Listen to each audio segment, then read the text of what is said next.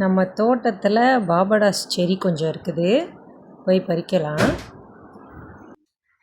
இந்த பாபடாஸ் செடி பொறுத்த வரைக்கும் எப்போவுமே மரம் வந்து பச்சை பசேல்னு இருக்கும்.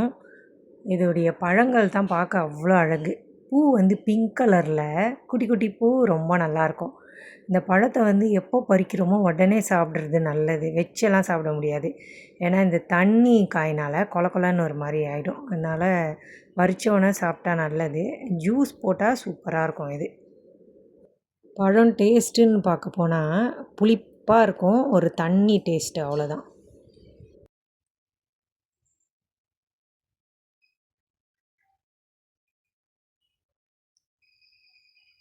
புளி இப்போ கொஞ்சம் டேஸ்ட்டு கூடி இருக்குது, முன்னாடி சுத்தமாக நல்லாவே இருக்காது.